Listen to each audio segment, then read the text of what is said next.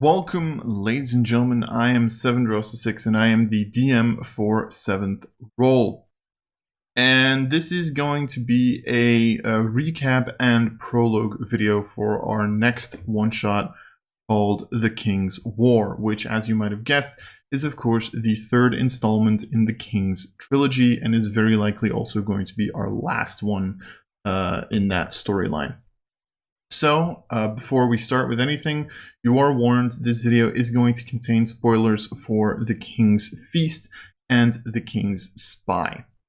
Mostly because I will be recapping both of those so that people who maybe aren't interested in watching those or who have, don't have the time to watch those can still watch this storyline with some basic knowledge. Now, let's start by recapping the previous story up until this point. So for those of you who don't know, the story itself is situated in about 4,300 post the Great Severance, which is a special event in my world. I'm not going to talk too much about that, but at this point, there is an island called the Island of Morbis, which is known as the largest island in the world of Mund'Aqturia, where at this current point in time, there is a city also called Morbis that is ruled by a king, and most of the prevalent races are represented here. This is really a mishmash of cultures.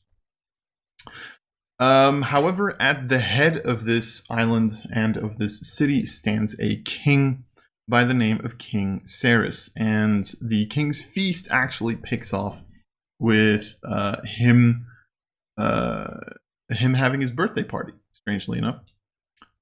His birthday party, however, is rudely interrupted as right before it he gets a message stating that he has to stop his own feast or there will be hell to pay for him and his family.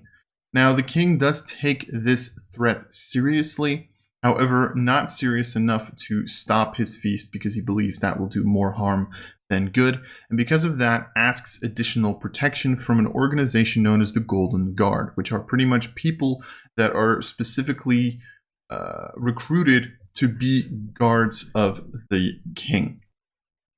In this organization, there are 4 characters which make up our party: Izon, Aqua, Fang, and Redneck.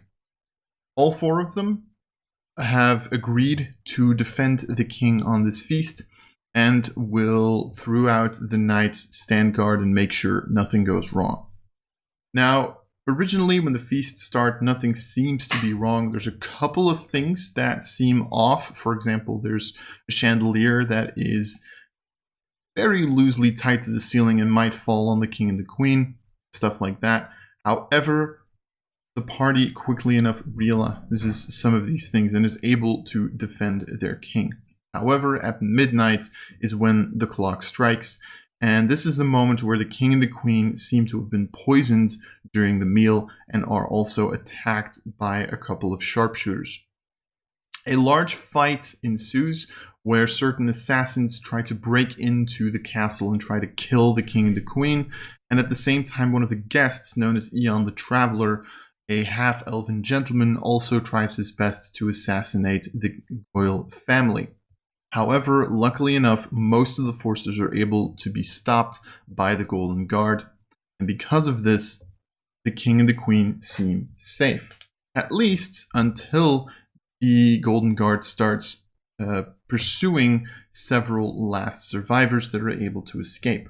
At this point, one of the 2 princes, Prince Jason, actually goes down to the location where the king and the queen were currently hidden, a magical bunker, and is able to gain entry. At this moment in time, his true plan is revealed: to kill his own father and mother. The party, luckily enough, is able to come downstairs and break through the magical barrier in order to get into the magical bunker. However, sadly enough, they are just too late to save King Cerys. Luckily enough, they were able to save the queen, but the king has fallen. And that is really where the King's Feast ends. And in the time between the King's Feast and the King's Spy, a large war between the elves and Morbis is started. Sadly enough, this takes a lot of lives, a lot of trade from Morbus is interrupted by elven attacks, but the elves are never truly able to break through the island of Morbus, which means the war is really at a standstill. Until at a certain point in time, an underground organization led by the underground chieftain makes contact with King Ferris, who originally was Prince Ferris, but after his father died, has now taken the throne. The two of them make a deal, and certain operations are set in motion to figure out whether or not they can take on the Council of Arboreum, the elven main island. However, this originally doesn't really go as well, as most of the spies that are sent towards the elves are either eliminated or never heard from again. However, at a certain point in time, one brave spy is able to send out a message back to Morbus. A young man by the name of Dart sends a message that he needs a meeting with the king. However, closely after that is captured. Now, at this point, the underground chieftain and Prince Ferris, or at this point King Ferris, also known as the Goat King, figure that it's quite important for them to find this lost man and try to save him. So what happens is they send the previous party from the Golden Guard to the island of Arboreum.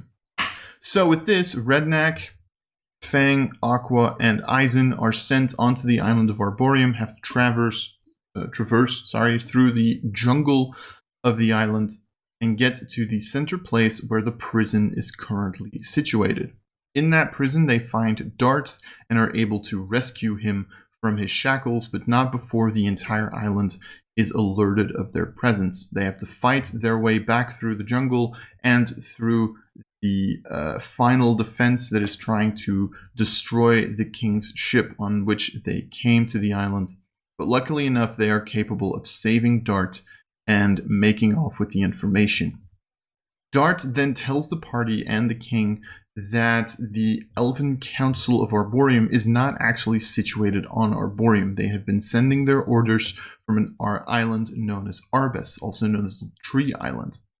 The reason it's called the Tree Island is because there is a large pillar, and on that pillar lies the actual island, as if it is in the shape of a tree. So, in order to take out the elves, they will very likely have to take out the island of Arbes. And that is pretty much the situation we were left at the end of the King's Spy.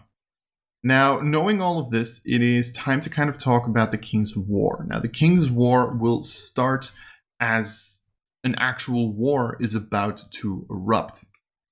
Pretty much the members of the party, the leaders of the Golden Guard, you could say, will lead a strike or will lead an attack to the back of Arbes, while the King Ferris, and a very large army of Morbus forces and allies will attack from the front. They will try to divert as much attention from the elves as possible, trying to take out the elves as quickly as possible, even though they are at a huge disadvantage, and hopefully the forces from the Golden Guard members will be able to eliminate the council by attacking from behind.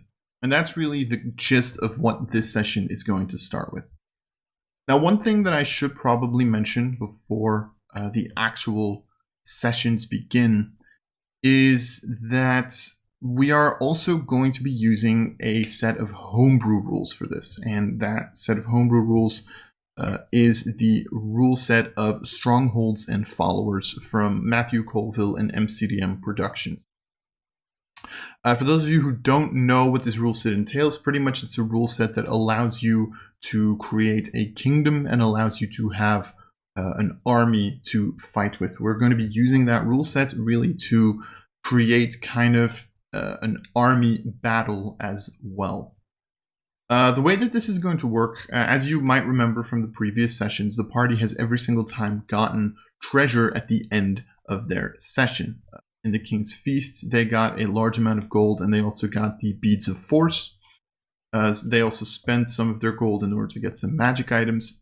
And then the second session, the King's Spy, they actually got 3,467 gold pieces and some marvelous pigment.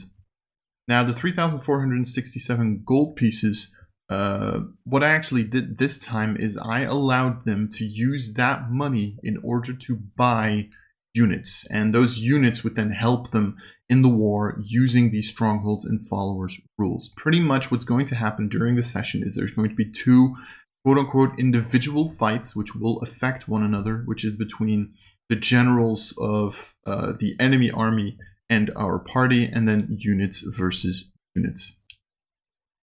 Important to notice here, there are going to be some homebrew changes to this rule set. Maybe I'll go into detail on that in another video if some people are interested. But the gist of the system is going to be Strongholds and Followers. For people wondering why I'm not using Kingdoms in Warfare, I am a backer of Kingdoms in Warfare. I am very much waiting for that rule set, and I really, really am looking forward to it. But yeah, it's not out at the time of this recording. So we're going to be using Strongholds and Followers with its small amount of flaws. Anyway, that is the prologue for the King's War. I am very likely also going to try to make an actual adventure guide from that, the same way that I did with the King's Feast and that I am working on with the King's Spy. So there is that to also look forward to. And other than that, ladies and gentlemen, this has been 7 Draws to 6. Until next time.